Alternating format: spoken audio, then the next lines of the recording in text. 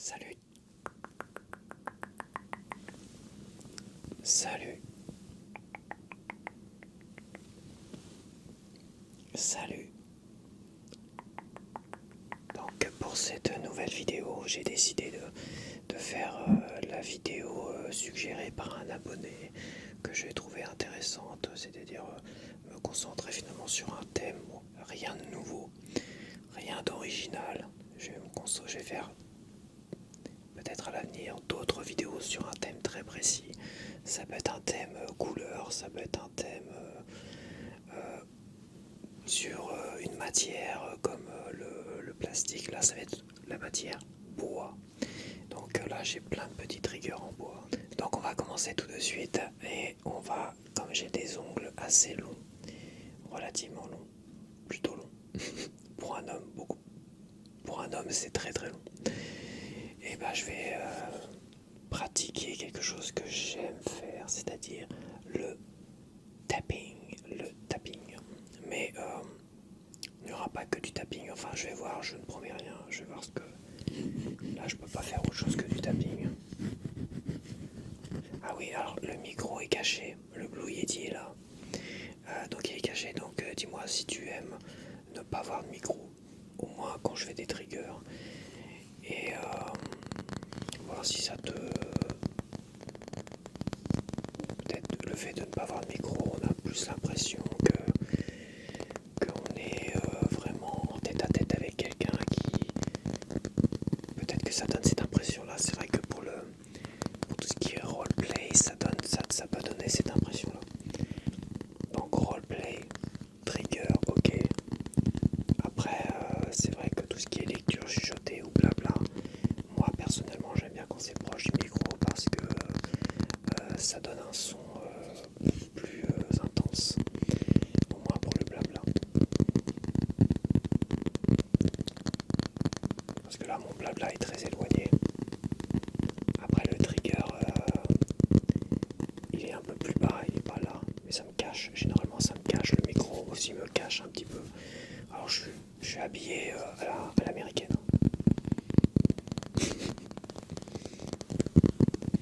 Chemise, comment on appelle ça, les chemises de carreaux comme ça.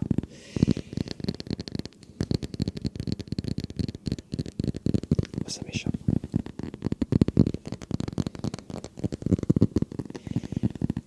Plus le t-shirt en dessous, t-shirt coloré. Il me manque plus que la casquette à l'envers et ça serait pas mal. Mais j'ai pas de casquette type. J'ai des casquettes de MotoGP, mais j'ai pas de casquette à l'américaine là. Avec New York ou. Généralement, ils ont des casquettes avec les couleurs d'une équipe de foot ou des trucs comme ça, quoi. Ou aux couleurs de la ville et tout. Avec les logos.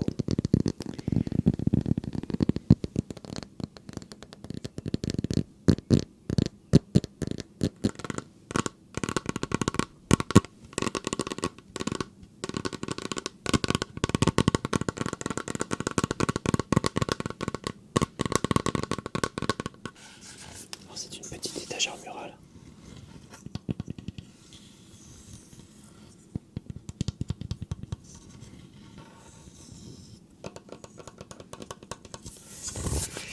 Couleur verte, j'aimais bien. J'en avais profité parce qu'ils se débarrassaient de cette couleur-là à un moment donné. Et ils avaient soldé, j'en ai acheté quelques-uns. Il y en a, elles ont fini à la cave. Comme j'ai eu une inondation à la cave, j'en ai perdu quelques-unes. Donc, il y en a qui avaient cassé, je crois aussi là. Non, il y en avait une qui avait cassé. Et je m'en étais servi pour surélever un meuble que j'avais à la cave après une inondation.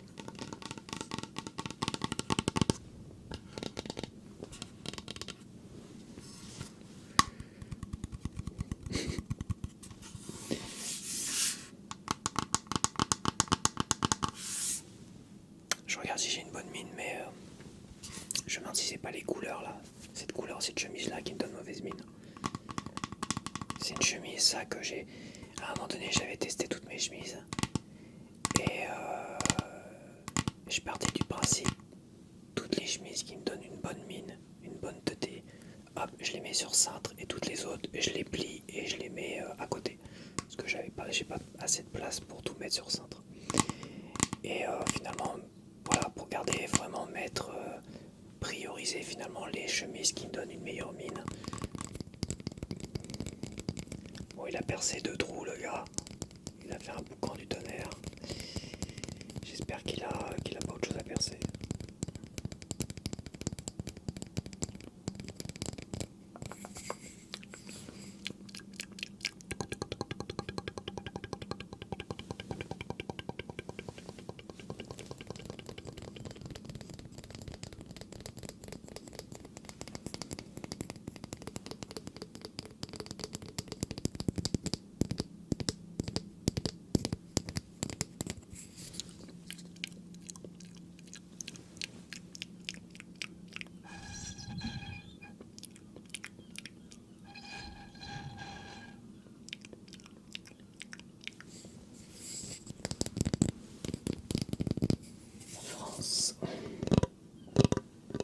Alors j'espère que cette fois-ci elle sera bien à l'endroit.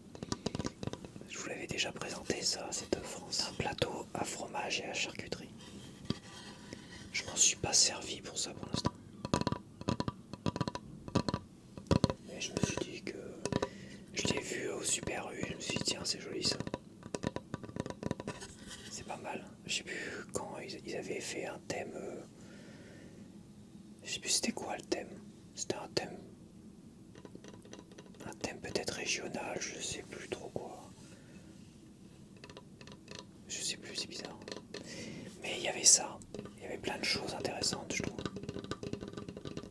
Et il y avait la France en plateau.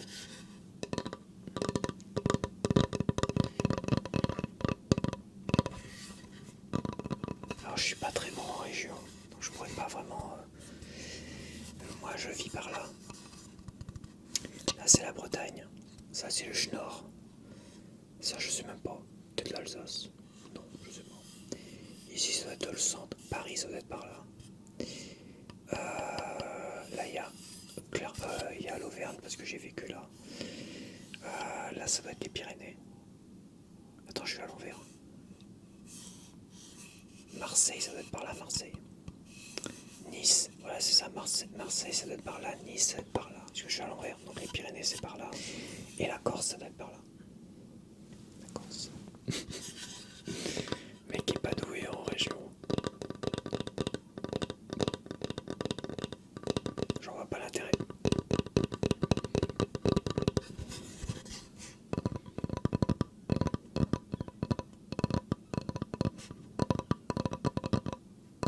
Je trouve que les coins se ressemblent. Ça a l'air des paysans comme ça. Mais les coins se ressemblent quand même. Moi je sais que la Normandie par exemple, les plages de la Normandie, là où il y a eu le débarquement, donc c'est-à-dire Grès-sur-Mer, Courseulles-sur-Mer, Ouistreham, enfin, à Romanche, tout ça, enfin, toutes les plages, l'eau et les plages, l'eau et marron, et marron cacadois, elle n'est pas bleue, tout ça. Un jour j'ai été pour le travail, un ancien travail à l'île de Ré.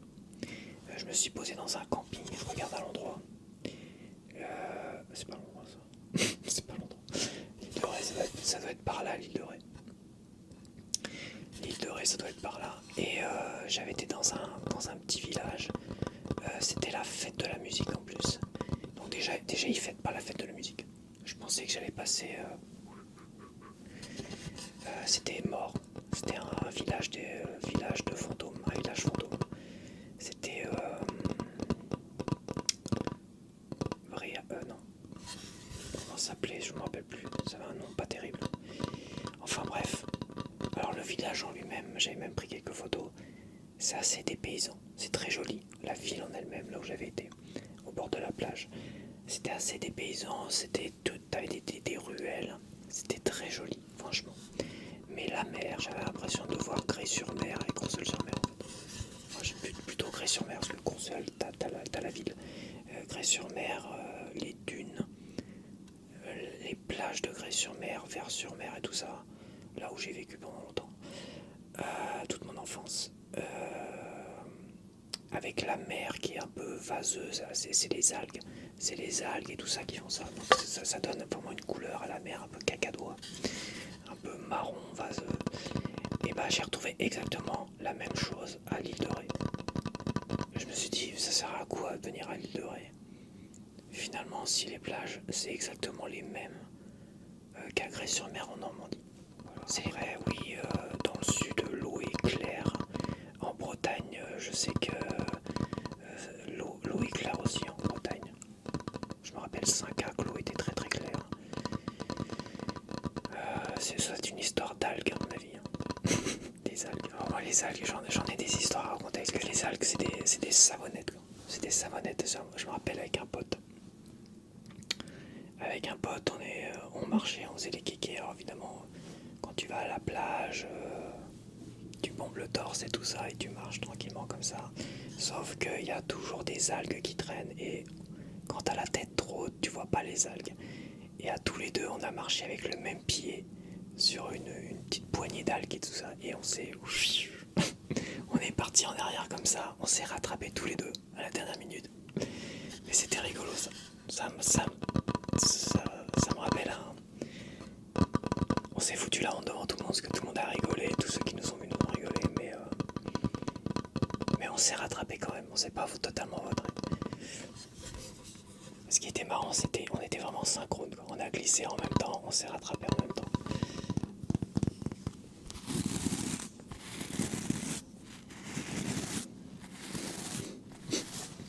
Non mais il n'y a pas de poussière chez moi. Il n'y a pas de poussière chez moi.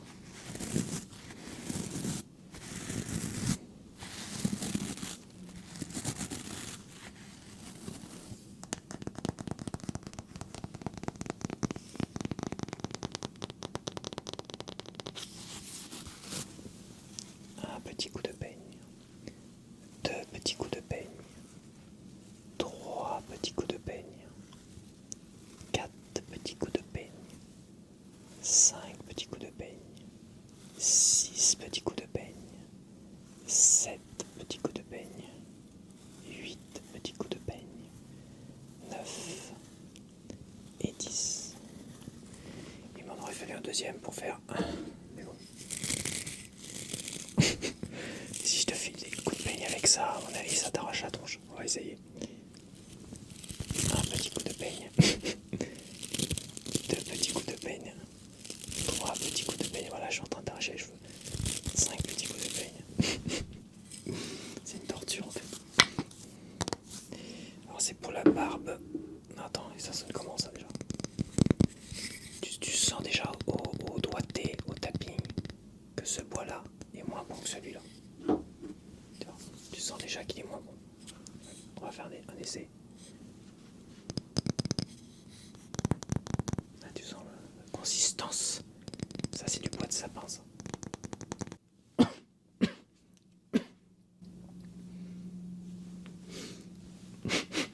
Je suis en train de tousser, là. Des cochonneries qu'il y a là-dedans. Attends, c'est dans un meuble.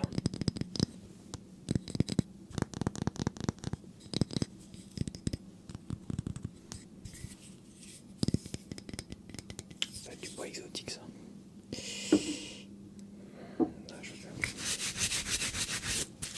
Ça va m'arracher la barbe.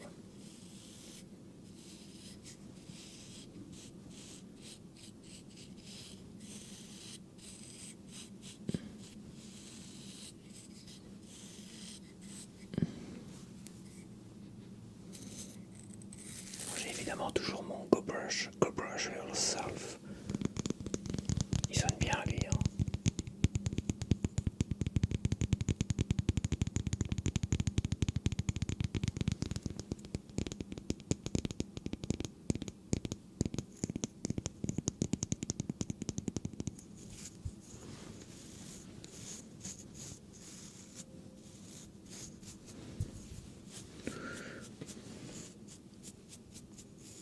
Go brush yourself. Go brush yourself.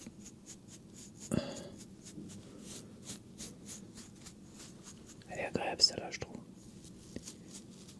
Avant de me raser, je me passe toujours un petit coup de brosse.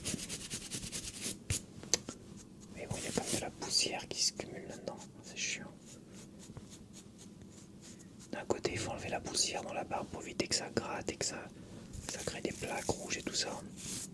Mais d'un côté, faut nettoyer aussi la brosse parce que sinon à tort fout plein de poussière sur la tronche.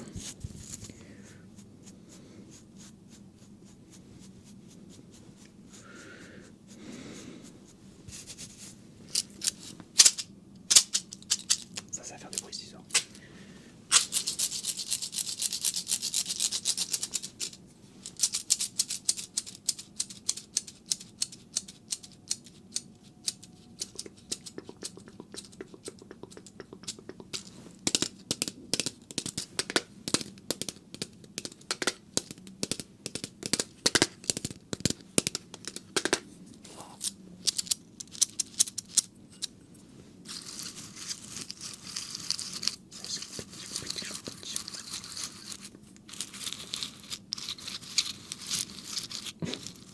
Je suis pas sûr que ça soit un son agréable ça. Attends.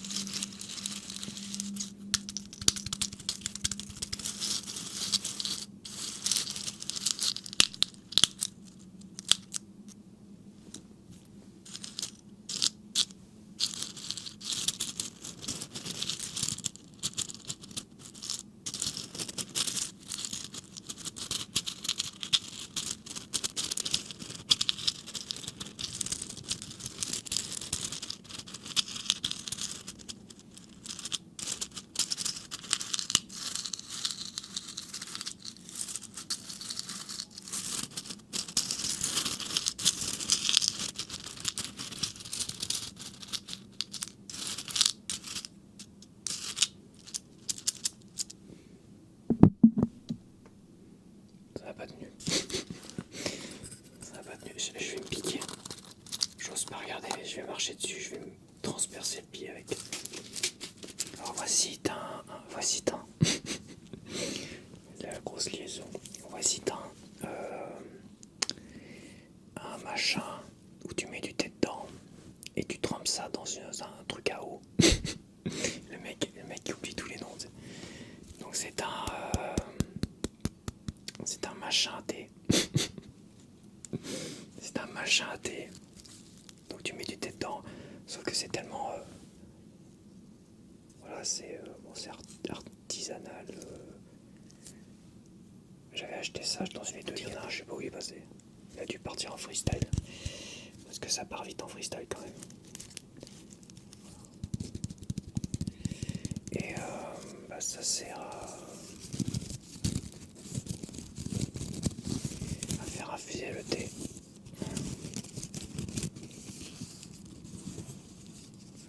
Après, comme je dis, les interstices sont quand même assez larges à certains endroits, tu vois. Donc, quand tu bois du thé comme ça avec des thés, en plus c'était avec des thés, j'ai acheté des thés des thés composés artisanaux. Est-ce qu'on dit artisanaux pour les thés, je sais pas. Donc il y a plein de petites plantes, de petits machins, tout ça, donc ça passe à travers. Donc quand tu bois le thé, tu as de quoi manger avec aussi. Donc.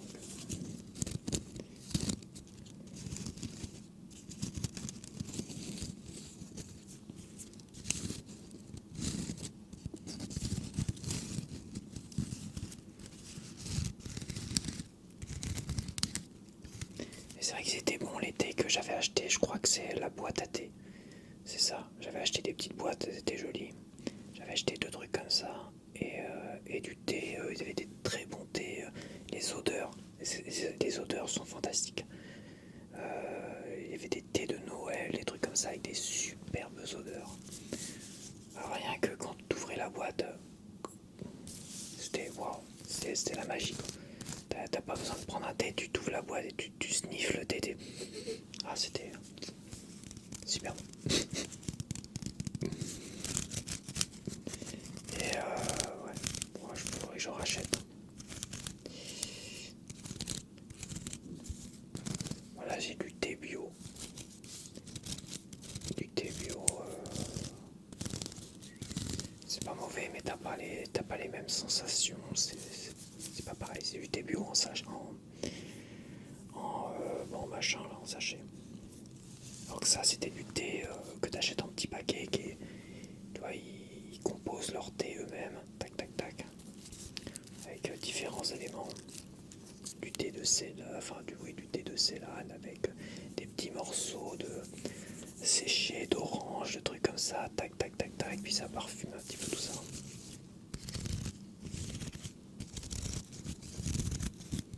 C'est vrai que t'as un meilleur plaisir finalement à boire du thé, mais plus dans la préparation du thé que le fait de le boire finalement. Mais de le boire aussi. Tu prends plus de plaisir à le boire parce que t'as préparé ton thé, t'as senti tout ça, c'est très bon, et après il y a beaucoup plus de plaisir à consommer du thé comme ça, c'est vrai. Mais c'est pas le même budget non plus.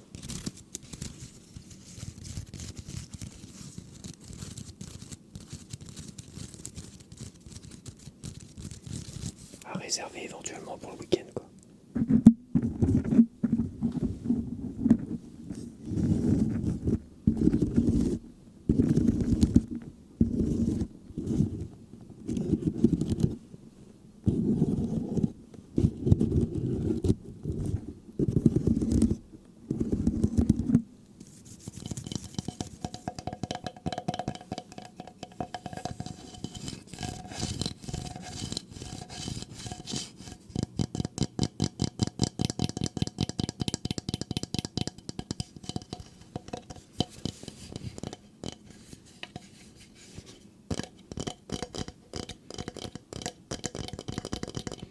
Il y a plein de trucs qui volent depuis le début de la vidéo, c'est chiant. Comme il y a la route, dès que j'ouvre la fenêtre pour aérer le matin, disons que ça circule dur et que ça ramène beaucoup de poussière. Mais j'ai aussi les vents d'ouest, vent ouest, sud-ouest, parce que je suis au sud-ouest. Donc les vents du sud-ouest là qui me ramènent toute. C'est pareil, j'ai pas mal éternué, donc il a dû me ramener pas mal de pollen, des trucs comme ça.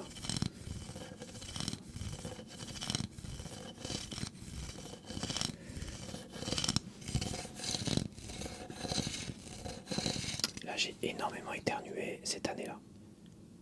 Ça fait quand même plusieurs années où je suis vraiment pas impacté du tout par les printemps, tout ça, l'arrivée des pollens. Certaines années, oui, c'est vrai, je dois bien l'avouer. Mais il y a longtemps quand même, hein. Il y a peut-être 10 ans. Et cette année, j'ai pas vraiment souffert de la respiration. Mais j'ai énormément éternué. Énormément. Et généralement après avoir ouvert la fenêtre pendant une demi-heure, après avoir aéré pendant une demi-heure. Donc cette année, les pollens, ils sont, je pense, très très agressifs. Moi, je les ai, en éternuant, je les ai, on va dire, rejetés. Je pense que oui. Quand j'éternue, c'est que je rejette le truc. Donc j'ai énormément éternué. Mais c'est vrai qu'il y a pas mal d'années, une dizaine d'années au moins, la dernière fois peut-être. Oui, peut-être c'est sûr d'ailleurs. Oui, ça m'a impacté aussi au niveau de la respiration. Comme si tu étais angoissé, que tu avais du mal à respirer. Un peu asthmatique, tu vois. Ça me l'a fait. Ça me l'a fait une fois où c'était vraiment compliqué. Ouais, c'était un peu compliqué, je dois bien avouer. Ça faisait très Covid. D'ailleurs, j'ai eu le Covid, c'était ça aussi, quoi. C'était ce sentiment un peu d'avoir du mal à respirer, tu vois.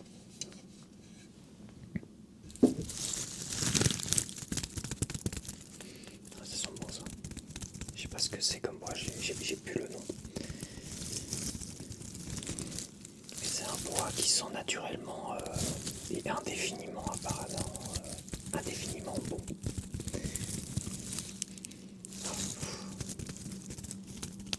Par contre, ça charge le nez. Hein.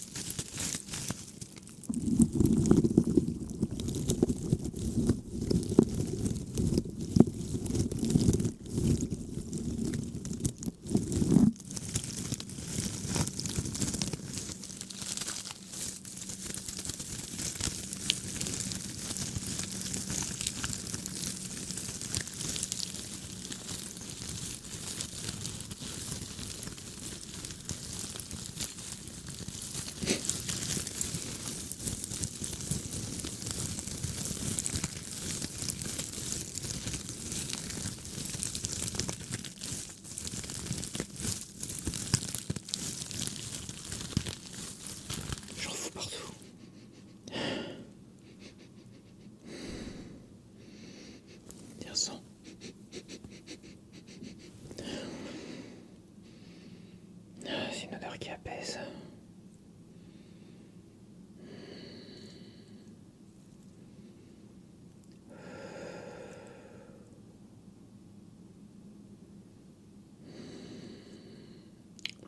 Je viens de me shooter au bois de je sais pas quoi. Tiens, dis-moi si tu reconnais le bois. Toi qui es un spécialiste des arbres. Tiens, regarde. Je suis sûr que t'as reconnu. Tu pourras me dire le nom.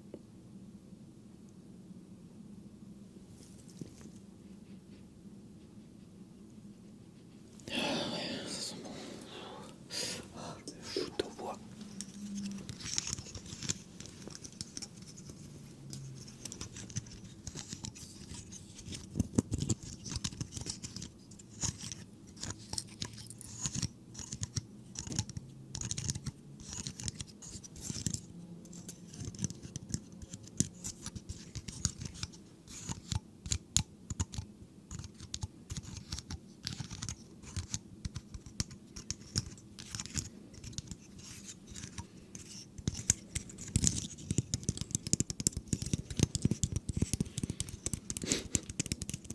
La poussière et les petits copeaux de bois et tout.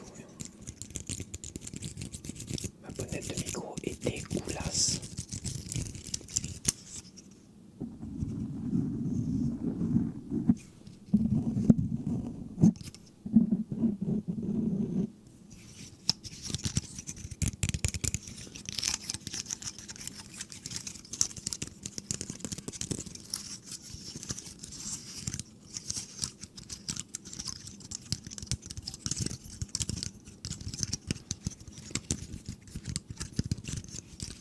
J'ai l'impression que je martyrise cette petite pomme de pain.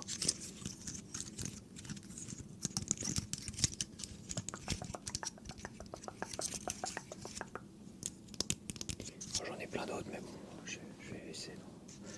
J'en ai toutes petites, toutes mignonnes.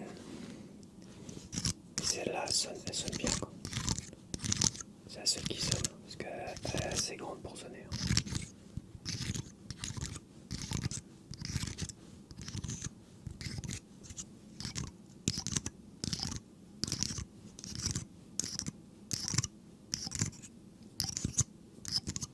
Ça ferait presque de la musique.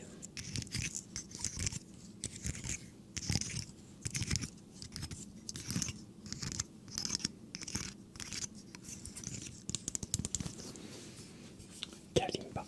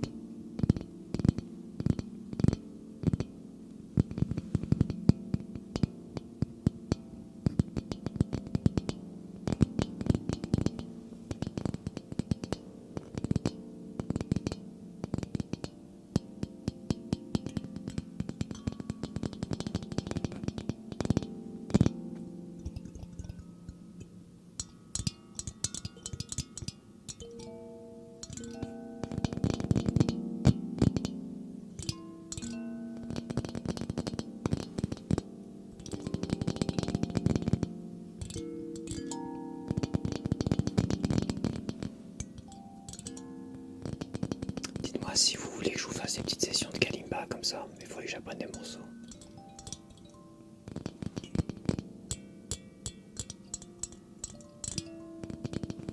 C'est vrai que j'ai pas vraiment eu le temps ces derniers temps depuis que je l'ai acheté de faire quoi que ce soit avec.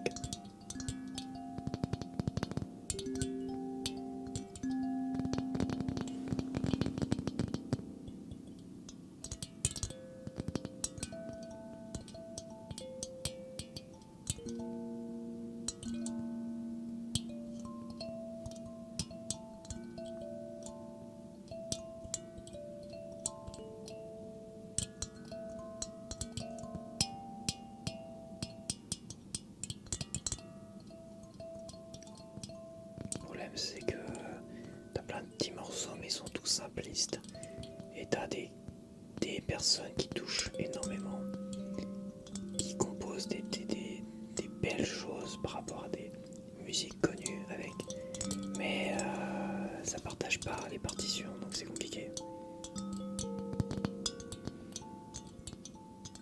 Donc c'est vrai que moi, bon, j'ai appris pour Noël Silent Night. J'ai sûrement déjà oublié. Je sais plus.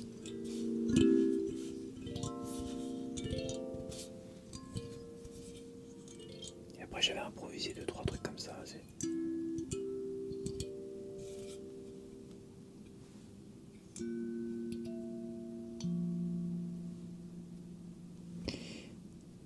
Alors dites-moi si vous êtes intéressé pour que je fasse des petites sessions de kalimba.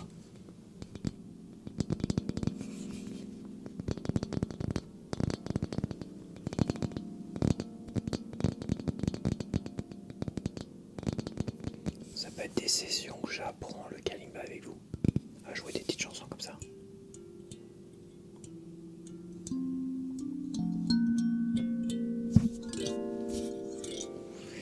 Je sais pas si ça peut être intéressant d'avoir cette forme de répétition. On apprend comme ça par cœur. Je suis pas sûr.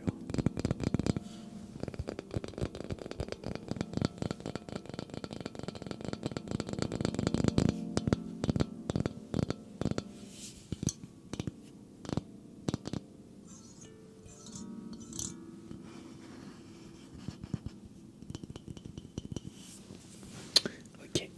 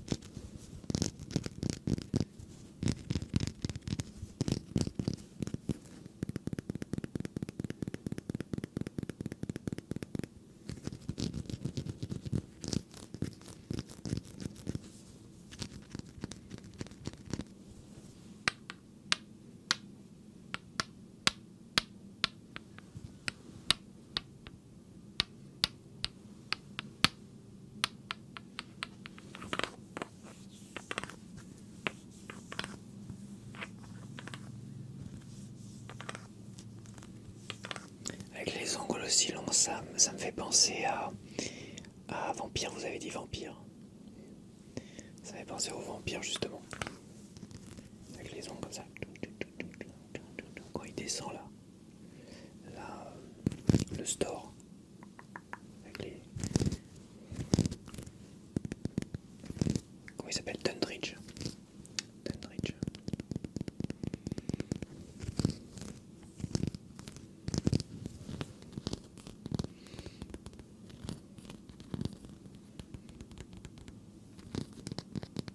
Puis c'est un vampire que je trouve très glamour. Alors ça n'a rien à voir avec les vampires un peu beaux gosses de Vampire Diaries. Hein.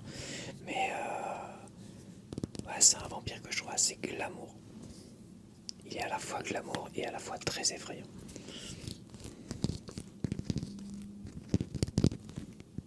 Puis un grand séducteur. C'est dans ce film-là où tu vois quand même le mythe du vampire séducteur. Parce que Vampire Diaries, c'est un peu... Bon, ouais, c'est un peu Dawson avec une histoire de vampire, quoi, en gros. Même si, ce qui est rigolo avec Vampire Diaries, c'est que ils étripent tellement de monde dans une toute petite ville comme ça. Et ils étripent plein de nanas, et des très belles nanas. Alors déjà, tu sais pas comment ça se fait qu'il y a autant de belles nanas là-dedans, dans cette ville-là. Ils les étripent, ils les massacrent. Peut-être une dizaine par épisode. Tu te demandes comment ils font, quoi. Personne se pose la question, qu'est-ce qui se passe? C'est n'importe quoi. Vampire Diaries, c'est n'importe quoi. série où je me suis arrêté avant la fin. Voilà. J'ai dû m'arrêter avant, j'ai pas dû voir la dernière saison. Comme Lost, j'ai pas dû voir la dernière saison. Enfin, j'ai pas vu la dernière saison. C'est des séries qui m'ont perdu. Voilà. Supernatural, c'est pareil, ça m'a perdu avant la fin. Ça m'a perdu peut-être au bout de 2 saisons, ça a commencé à me perdre. Il y a aussi la série là avec le gars qui a le cancer et qui décide d'être un dealer de crack ou je sais pas quoi là. Pareil, j'ai pas vu la fin. Ça m'a. J'ai dû voir les 2-3 premières saisons et j'ai pas dû voir les 2 dernières. Comment s'appelle cette série là?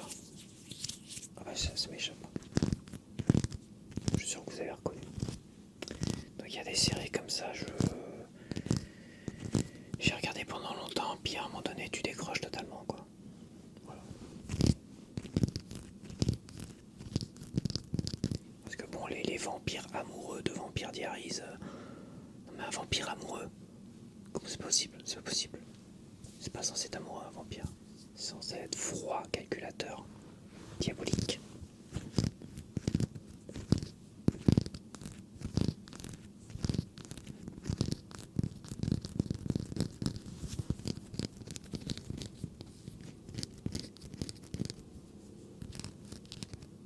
Vampire Diaries, ça passait à une époque où il n'y avait pas grand chose, donc c'est vrai que tu suivais Vampire Diaries, voilà, c'était un peu le feuilleton, c'était la version moderne des petits soap feuilletons que les gens appréciaient. Moi, j'ai jamais vraiment.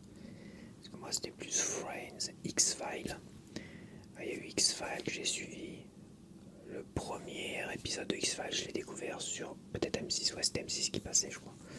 Enfin bref, j'ai découvert à la télé et tous les épisodes d'X-Files qui sont passés, je les ai tous découverts après, par la suite. J'en ai pas manqué un seul. Même les derniers, les nouvelles saisons 10 et 11. Et ouais, c'est ça, 10 et 11. Les films, j'ai été voir au cinéma le film de X-Files aussi. J'étais un gros fan. Après, ça a l'air d'être compliqué de récupérer la version Blu-ray en DVD, en édition française. Je sais pas pourquoi, je sais pas à quoi ils jouent là. Donc là, je les regarde, mais j'ai repris à la saison 8, je crois, ou saison 7. C'est la saison 7, ouais, j'ai repris au beau milieu de la saison 7, c'est sur AB1. Sur AB1, puis je regarde. J'aurais aimé les reprendre depuis le départ, mais j'espère qu'AB1 ils vont nous les repasser depuis le départ quand même. Ça m'arrangerait.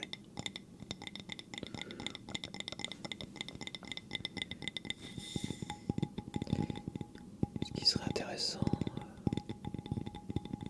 ça serait de parler peut-être des épisodes, certains épisodes.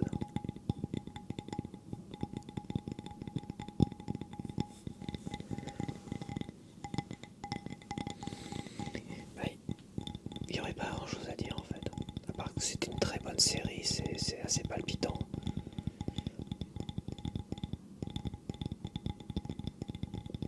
Il y a eu quand même des épisodes très moyens là dans la saison 7, je trouve. Non, j'aurais pas grand chose à dire sur X-Files, c'est bizarre. À part peut-être que mes préférés des saisons, je dirais les 3 premières saisons. 3 premières saisons, c'est mes préférés. Après, je trouve ça tire un peu en longueur. La saison 4, elle était gore, je crois. Elle était c'était des trucs un peu plus glauques dedans. Voilà. La première saison, elle a quasiment tout fait. Je crois qu'il y a eu des vampires, loups-garous. Mon épisode préféré, c'est avec les parasites. C'est l'épisode qui ressemble à la chose de John Carpenter. Il y en a un, c'est pas une moto qu'il a, c'est un avion de chasse.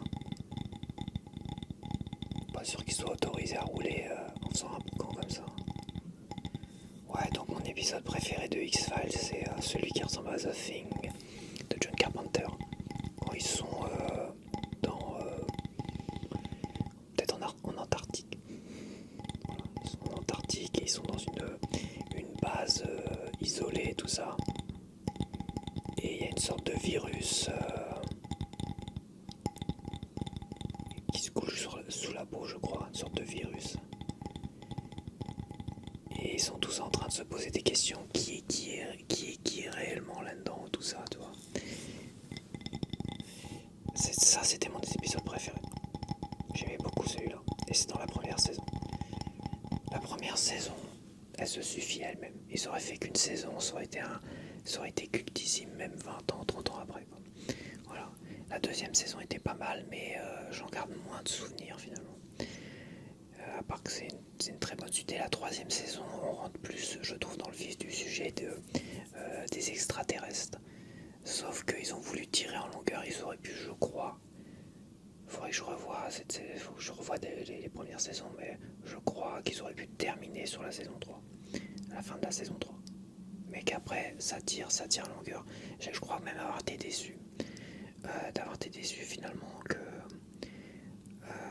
qu'on a repris après soit la saison 4, soit le dernier épisode de la saison 3, de finalement que ça c'est parti finalement, comment dire, de ne pas avoir eu on est seul dans l'univers, quoi. C'était un peu ça, je trouve, la fin de la saison 3, on aurait pu avoir, je crois, sans me souvenir exactement de quoi ça parlait, à part des extraterrestres évidemment. Et ça aurait pu conclure la série là, mais ils ne l'ont pas conclu, etc. Et après ça traîne en longueur.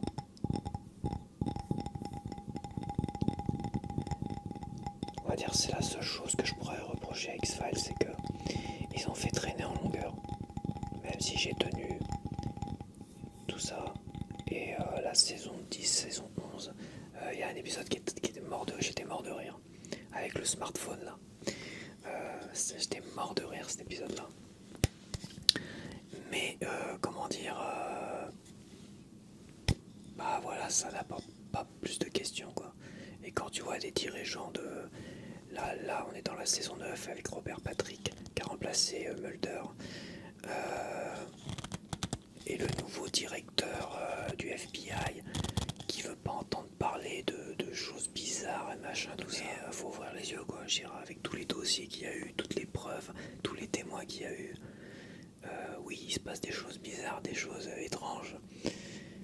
Donc, les extraterrestres, c'est pareil. Donc, je sais pas, c'est un peu une sorte de retour en arrière. Et ça mouline, et ça mouline, et ça mouline.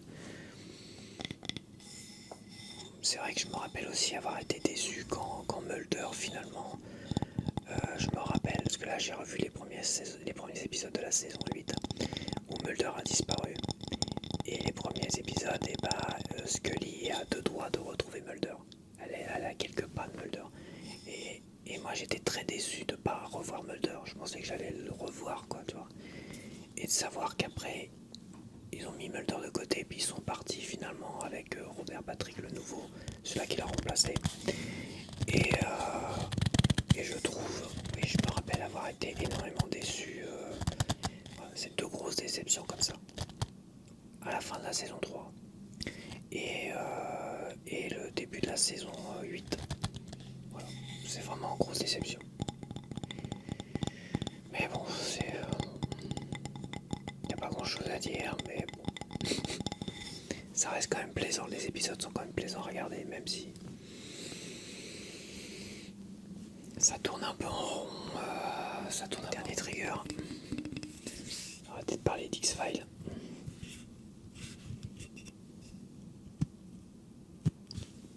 C'est pas censé rouler ça.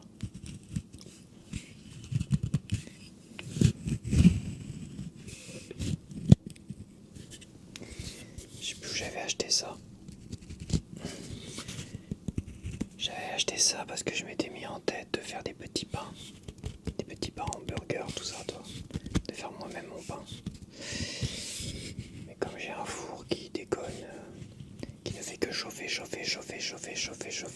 jusqu'à l'explosion. Enfin, il fait disjoncter il chauffe tellement que très dangereux ce truc-là. J'ai pas intérêt à le laisser tourner. Le minuteur ne fonctionne pas non plus. Ça sent le refermer, ça.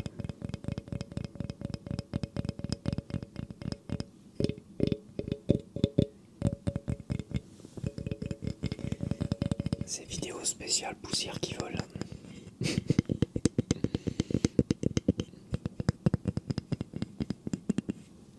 Ça sonne mieux là.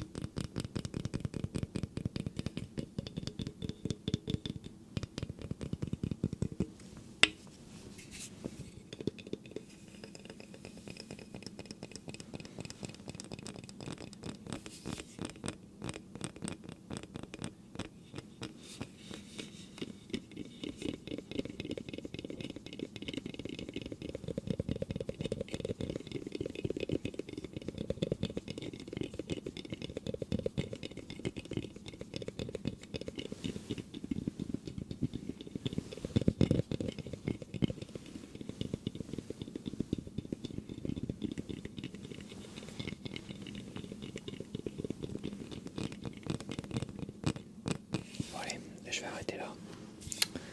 Donc, je te dis à la prochaine vidéo. Je te dis à la prochaine vidéo.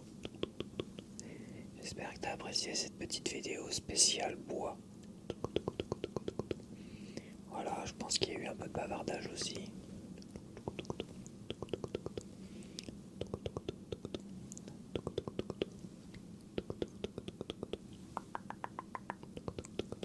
Passe une bonne nuit. Passe une bonne nuit. Ou si tu as décidé de faire une petite sieste, fais une bonne sieste.